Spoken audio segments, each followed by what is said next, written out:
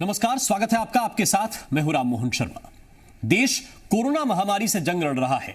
Virus के संक्रमण और बीमारी से अपनों को बचाने के लिए आम आदमी संघर्ष कर रहा है। यह एक बहुत बड़ी मानवीय त्रासदी है जिसका सामना हमें मिलजुल कर ही करना है। वक्त की इसी मांग ने कुछ लोगों को अपने पराये, नफे नुकसान और स्वार्थ को छोड़कर कुछ बड़ा करने की प्रेरणा दी है। हमारे आपके आसपास ऐसे तमाम लोग हैं, बहुत से लोग हैं जो इंसानियत का फर्ज निभा रहे हैं, बिना किसी लालच के दूसरों की जान बचाने में लगे हुए हैं और मुश्किलों के हर दौर में ऐसे लोगों ने मिसाल कायम की है। जी मीडिया ने हमेशा ऐसे लोगों के जोश, जुनून और जज्बे को सलाम किया है ताकि उनकी कहानी दुनिया के सामने आ सके और उनके जैसे तमाम लोगों को और बेहतर करने की प्रेरणा मिल सके। अपनी इसी परंपरा और विश्वास को कायम रखते हुए आज हम समाज के ऐसे ही रियल हीरोज की कहानी आपको दिन भर से दिखा रहे हैं। जी मीडिया की ये पहल है जिसका हमने नाम दिया है द रियल हीरोज।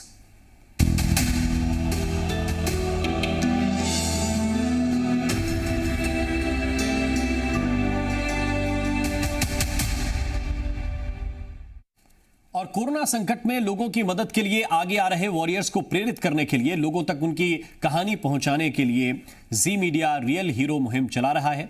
और इस पर बात करने के लिए इस वक्त हमारे साथ जुड़ रहे हैं मशहूर कॉमेडियन, अभिनेता राजू श्रीवास्तव जी।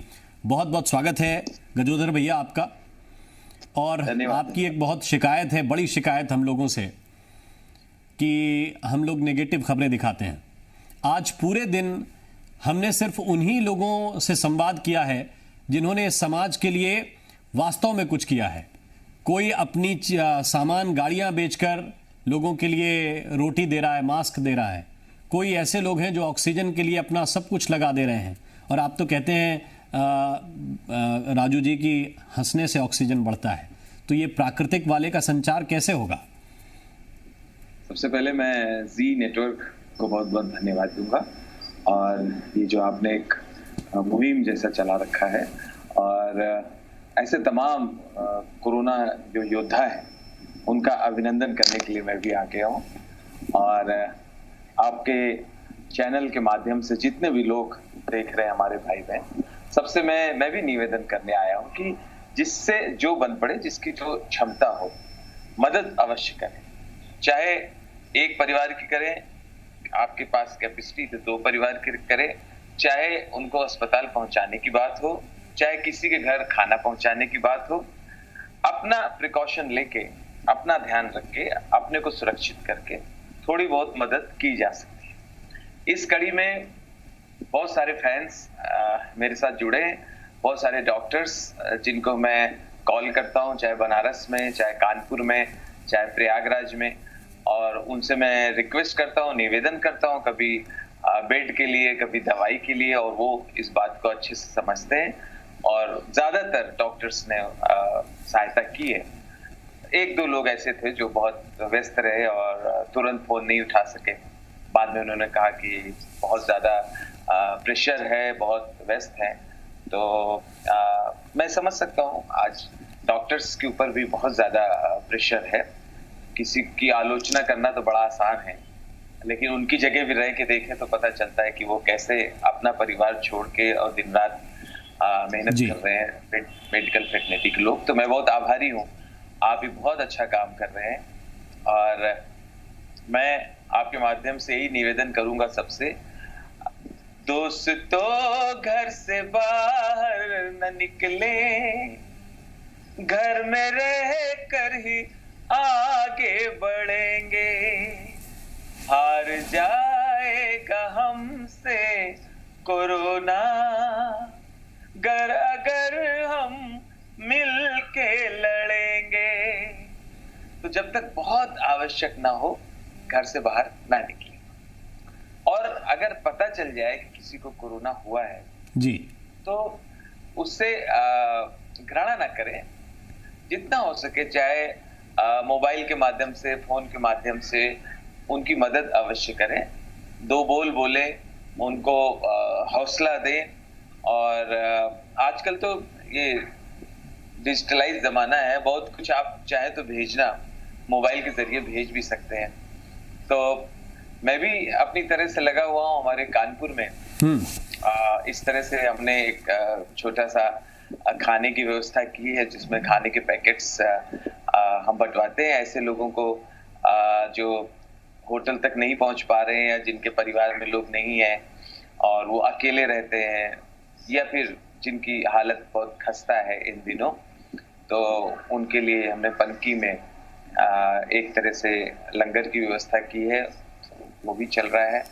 और जो भी कॉल इन दिनों आ रहे हैं मुझे, मैं इस वक्त बॉम्बे में हूँ जी, लेकिन मेरा दिल तो पूरा उत्तर प्रदेश में ही लगा रहता है, वहीं का हूँ, उसी मिट्टी में जन्म लिया है। तो जो भी हमारे रिश्तेदार फैंस के कॉल आ रहे हैं, मैं बराबर अटेंड कर रहा हूँ, पूरी रात जाग रहा हूँ। राजू श्रीवास्तव जी, आप लोगों से जुड़े हुए हैं, आपने वही परिवेश देखा है कि जो इस वक्त गरीब आदमी के सामने सबसे बड़ी चिंता खड़ी हुई है। स्थितियां महाराष्ट्र में भी दिक्कत देने वाली हैं, आपके शहर कानपुर में भी लोग परेशान हैं बहुत ज्यादा। मैंने अभी आपका वीडियो देखा, एक आपने अभी हाल ही में अपलोड जिसे किया है, आप कह रहे हैं कि हंसने से ऑक्सीजन बढ़ती है। तो जिन लोगों ने नहीं देखा वो उन तक तो ये बात पहुंच जाए। अच्छा, जरूर। हमारी दादी गांव से हमें फोन पे बता रही थी, कह रही थी, अरे बच्चा, पहले जब तुम्हारा दादा घर के अंदर आवत रहे तो डेहरी पे खांस देते रहे कि बहुरिया पर्दा कर ले, पर्दा कर ले, तो खास के अंदर आवत रहे। आजकल बच्चा अजब जमाना आ गया, अब बुढ़ौना जब खांसत है अंदर आवे के लिए तो बहुरिया एम्बुलेंस मंगा लेते। तो बच्चा ये कौन जमाना आ गया, आज खांसा मुश्किल होगा, को खांस नहीं सकत ठीक से, को सांस नहीं ले सकत। अरे बच्चा, परले चल रही परले, अरे अब संभल जाओ, सब जने मिल के रहो, एका रखो। अरे बच्चा, नहीं तो अलग अलग हो जाइयो। अरे हम सुना है बच्चा, शमशान गृह में बच्चा लकड़ी उठावे का 1000 रुपया मांग रहे हैं, लकड़ी रखे का 2000 रुपया मांग रहे हैं। और तो अगर बत्ती से कराओ, बिजली वाले से कराओ तो बटन दबावे का 1000 रुपया मांग रहे हैं। अरे बच्चा, पाप चढ़ी पाप। हाँ, इंसानियत रखो, हाँ इंसानियत रखो। सरकार तो कह रही, हाँ अपने बलबूते कह रही, मगर तुम कुछ करो बच्चा। ये टाइम पैसा लूटे का ना है, हाँ पैसा कमावे का ना सोचो, इंसानियत का जिंदा रखो। अरे जब जिंदा रही हो तो पैसा बहुत कमा ले हो बच्चा। हाँ यही कहा, संग बीते लम्हे संभाल के रखना, संग बीते लम्हे संभाल के रखना। मैं ठीक हूं, तुम अपना ख्याल रखना।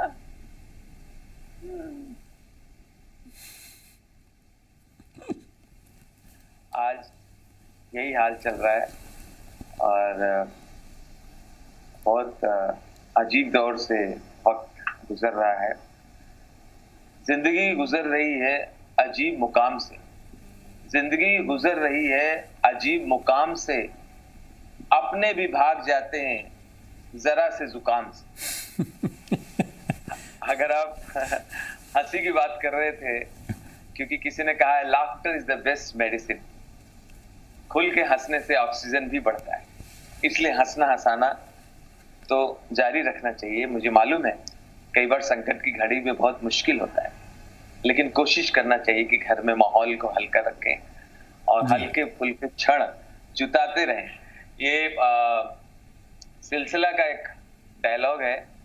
आप लोगों को सबको पता है कि मैं अमिताभ बच्चन की फिल्में देख देख के ही मैंने शुरुआत की थी, और वहीं से मुझे इस तरह का हॉबी हो गई थी और प्रेरणा मिली अमिताभ बच्चन साहब से। तो सिलसिला के एक डायलॉग को मैंने चेंज किया है, शायद हमारे दर्शक थोड़ा सा हंसे। तुम होती तो ऐसा होता, तुम होती तो ऐसा होता, तुम होती तो ऐसा होता, तुम ना होती तो मेरे पास बहुत पैसा होता। बड़ा अजीब हो गया यार। पहले बंबई से कोई जब आता था, देहरादून आता था या लखनऊ आता था, तो लोग गाते थे, बम्बई से आया मेरा दोस्त, दोस्त को सलाम करो। आजकल क्या गा रहे हैं? बम्बई से आया मेरा दोस्त, पुलिस को इन्फॉर्म करो। लेकिन राजू जी, आप कह रहे पैसा, अभी तो पैसा भी काम नहीं आ रहा। बड़े बड़े प्राइवेट हॉस्पिटल जहां लोगों को बेड नहीं मिल रहे हैं, लोग परेशान हैं, वो पैसा रख के भी और कह रहे हैं कि हमसे 2 लाख 4 लाख रुपए एडवांस ले लीजिए, हमारे मरीज को जगह दे दीजिए। वैसी परिस्थितियां कई शहरों में हो रही हैं, कई जगहों पे हो रही हैं।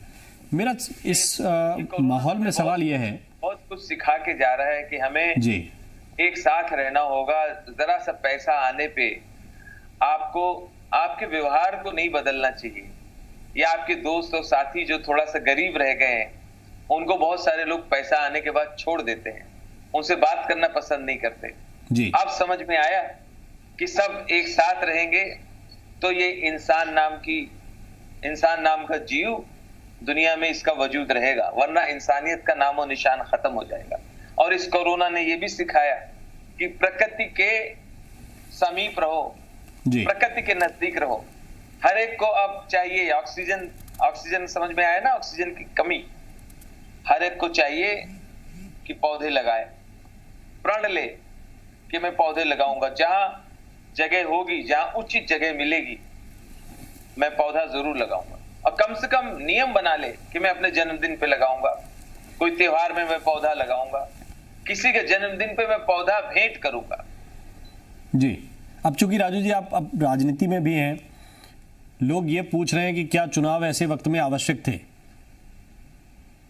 आप तो कह रहे हैं कि हत्या का केस दर्ज करा दीजिए चुनाव आयोग पे। बिल्कुल, मैंने तो साफ साफ कहा है कि ऐसे वक्त पे मैं पार्टी से अलग भले ही बात कर रहा हूं। इस वक्त चुनाव की आवश्यकता नहीं थी। पहले लोगों की जान बचाना ज्यादा महत्वपूर्ण है, और चुनाव तो होते रहेंगे। चुनाव तो 6 महीने बाद भी हो सकते थे। सब कुछ ठीक हो जाता तब कर लेते चुनाव। तो जो बड़ी बड़ी रैलियां हुई हैं, इनसे बचा जा सकता था।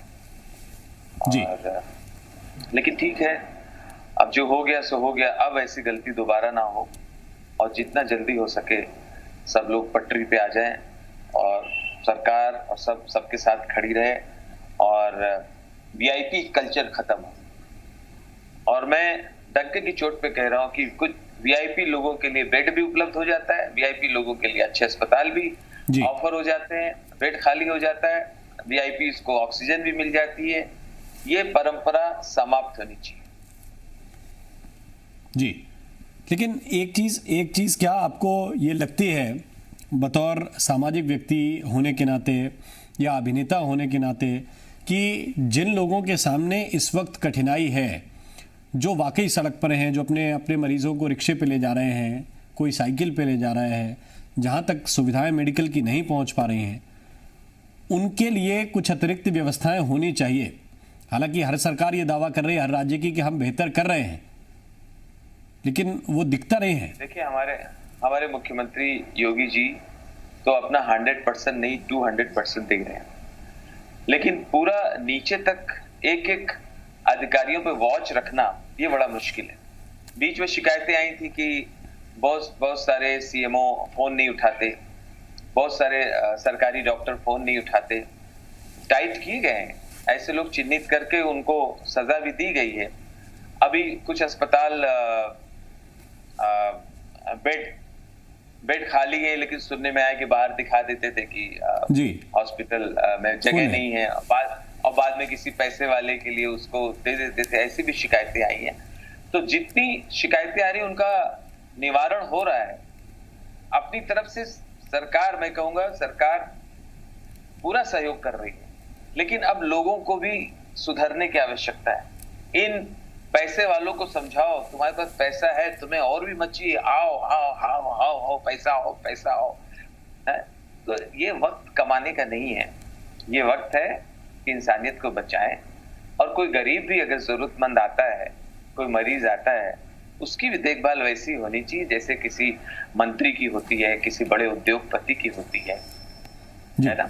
राजू भैया, आपने ये भी कहा कि कोरोना, एक आर्टिकल में पढ़ रहा था आपका, कि कोरोना फूफा हो गया है, तो ये फूफा कैसे जाएंगे? अतिथि तुम कब जाओगे? बिल्कुल आप मैं देखिए, मेरे पास ऊपर वाले ने यही एक आर्ट दिया है, एक हथियार दिया है। मैं इसका इस्तेमाल इन दिनों लोगों को जोड़ने में कर रहा हूँ। और ऐसे वो तमाम लोग, ऐसे तमाम डॉक्टर्स जो गलत व्यवहार कर रहे हैं, उनको तमाचा लगाने के लिए मैं अपनी कला का इस्तेमाल कर रहा हूँ। हालांकि मैं मानता हूँ कि 99% डॉक्टर्स और मेडिकल फेटर्निटी के लोग जूझे हुए, लगे हुए, दिन रात एक किया हुआ है, उनको भी खतरा है, मैं समझता हूं इस बात। लेकिन ऐसे में कुछ डॉक्टर भले ऐसा ना कर रहे हो, लेकिन कुछ अस्पतालों के मालिक डॉक्टरों पे प्रेशराइज कर रहे हैं, गलत काम कर रहे हैं। तो हाँ, आप सबको पता होगा, ये बात मैंने वो देख के कही थी कि नवंबर दिसंबर में ऐसा लग रहा था कि कोरोना गया, कोरोना जा रहा है, जा रहा है, जा रहा है। फिर ये धीरे धीरे फिर किसी ने कहा कि नहीं, ये जनवरी में चला जाएगा, फिर जनवरी में थोड़ा कम हुआ, अब लगा जा रहा है, जा रहा है, जा रहा है, फिर ये फरवरी से लौट आया। तो हमने कहा ऐसे फूफा लोग किया करते थे पहले, घर से जाते थे कि जा रहे हैं, जा रहे हैं, जा रहे हैं, फिर डेरा डाले रहते थे। तो मैंने तो हाथ में ये भी कहा था कि ये कोरोना सुना पहले कह रहा था कि दिवाली देख के चले जाएंगे, दीपावली देख ली। फिर किसी ने कहा होली देख के चला जाएगा, होली देख ली। फिर किसी ने कहा कि नहीं, ये तो क्रिसमस भी देखेगा, क्रिसमस भी देख ली। अब कोई कह रहा है कि कोरोना कह रहा है कि मैं तो राहुल गांधी की शादी देख के जाऊंगा। तो बहुत मुश्किल है भाई। तो मैं राहुल गांधी से कहूंगा भाई शादी कर ले, और क्या, फटाफट कर ले, देश हित में कर ले। वो एक डीएम साहब का आपने वीडियो भी देखा होगा, जिसमें शादी के कार्यक्रम में जाके वो कैसे खदेड़ते हैं, तो शादी का ख्याल तो लोगों के मन में ना आया अभी। हाँ, मुझे वो वीडियो देख के बहुत दुख हुआ और खराब लगा कि ऐसा पढ़ा लिखा आदमी और ऐसा उच्च स्तर का अधिकारी इतना नालायकी का काम किया, उसने गंदा बिहेव किया। आपने जो भी पढ़ाई की है, जैसे भी आप डीएम बने हैं, बने तो जनता के लिए हैं। और अगर आप कानून पालन करवाने के लिए गए थे, तो कानून भी तो जो कुछ है जनता के लिए बना है। तो सामने वातावरण देख के, परिस्थिति देख के आप थोड़ा बहुत उसमें लचीलापन ला सकते हैं जी। अब पंडित जी पे हाथ उठाना, दूल्हे को धक्का देना, बहुत ही दुख हुआ। लेकिन मुझे पता चला कि वो सस्पेंड किए जी। राजू, एक प्रश्न ये है कि अभी भी देश में तरह तरह के लोग हैं। आपने तो हर तरह के लोगों पे एक अध्ययन किया है, क्योंकि आपको उन्हीं में से ह्यूमर निकालना पड़ता है। अभी भी बहुत से लोग ऐसे हैं जो अब भी कह रहे हैं इस हालात में भी कि कोरोना वरोना कुछ होता नहीं है। ऐसे लोगों का क्या उपाय है? मुझे लगता है कि पहले जरूर कुछ लोगों ने इसका मजाक उड़ाया था, लेकिन अब उनके घर में ही कोरोना पहुंच गया है, तो अब अकल ठिकाने आ गई है। तो मेरा तो ये कहना है कि पॉजिटिव बातें करो, पॉजिटिव सोचो। पॉजिटिव सोचोगे तो कोरोना आपके पास नहीं आएगा। आपके पास आएगा कोरोना, कहेगा अरे ये तो हमसे बड़ा पॉजिटिव है यार, वहां से निकल जाएगा। तो अगर पॉजिटिव होने से बचना है तो थिंकिंग पॉजिटिव रखो। जी। राजू जी, आप भी एक हीरो हैं, अदाकार हैं, कलाकार हैं, लेकिन हम ये कार्यक्रम उनके लिए कर रहे हैं जो कुछ ना कुछ योगदान, कई लोग तो ऐसे हैं जो बहुत गरीब हैं, लेकिन उनका योगदान उसमें हो रहा है कि वो शमशान घाट पर लकड़ियों की व्यवस्था कर रहे हैं। लोगों की जो लावारिस शव हैं उनका दाह संस्कार ससम्मान हो जाए, उसके लिए अपना पूरा जीवन समर्पित कर रहे हैं, जबकि ये जानते हैं कि वो कोरोना संक्रमित शव भी हो सकते हैं या होते ही हैं। तो इसके बावजूद लोग लगे हुए हैं। ऐसे लोगों का हौसला बढ़ाने के लिए क्या कहेंगे राजू भैया? एक रास्ता है जिंदगी, जो थम गए तो कुछ नहीं। एक रास्ता है जिंदगी, जो थम गए तो कुछ नहीं। ये कदम किसी मुकाम पे जो जम गए तो कुछ नहीं। एक रास्ता है जिंदगी, जो थम गए तो कुछ नहीं। देखिए, चलती का नाम होता है गाड़ी, चलते रहना है। और जिन लोगों ने इस तरह से भागीदारी की, इस तरह का सहयोग किया, मैं भी उनका अभिनंदन करता हूँ। और देखिए, पैसा तो बहुत लोगों के पास होता है, लेकिन दिल किसी किसी के पास होता है। तो कुछ लोग इस तरह से आगे आए हैं, मैं उनके आगे नतमस्तक होता हूँ और मैं आशा करता हूँ कि उनसे प्रेरणा लेके बहुत सारे लोग आगे आएंगे, आगे खड़े होंगे। हालांकि बहुत सारी संस्थाएं सेवा कर भी रही हैं। हमारे ये गुरुद्वारे से इस तरह से बहुत सारे जगह खाना बांटा जा रहा है और इस तरह की सेवा की जा रही है। सब लोग कर भी रहे हैं, अपने अपने स्तर पे कर भी रहे हैं। लेकिन फिर भी अगर मेरे फैंस सुन रहे हैं तो मैं उनसे रिक्वेस्ट करता हूँ कि ये रिक्वेस्ट गजोधर स्टाइल में हो जाए। एक आखिरी हमारी भी रिक्वेस्ट आपसे है। अच्छा, चलिए थोड़ा सा लालू स्टाइल हो जाएगा जी। जितने लोग सुन रहे हो, आप देख रहे हैं ना टीवी पे कितना आदमी मर रहा है। कहा नहीं मास्क लगाते,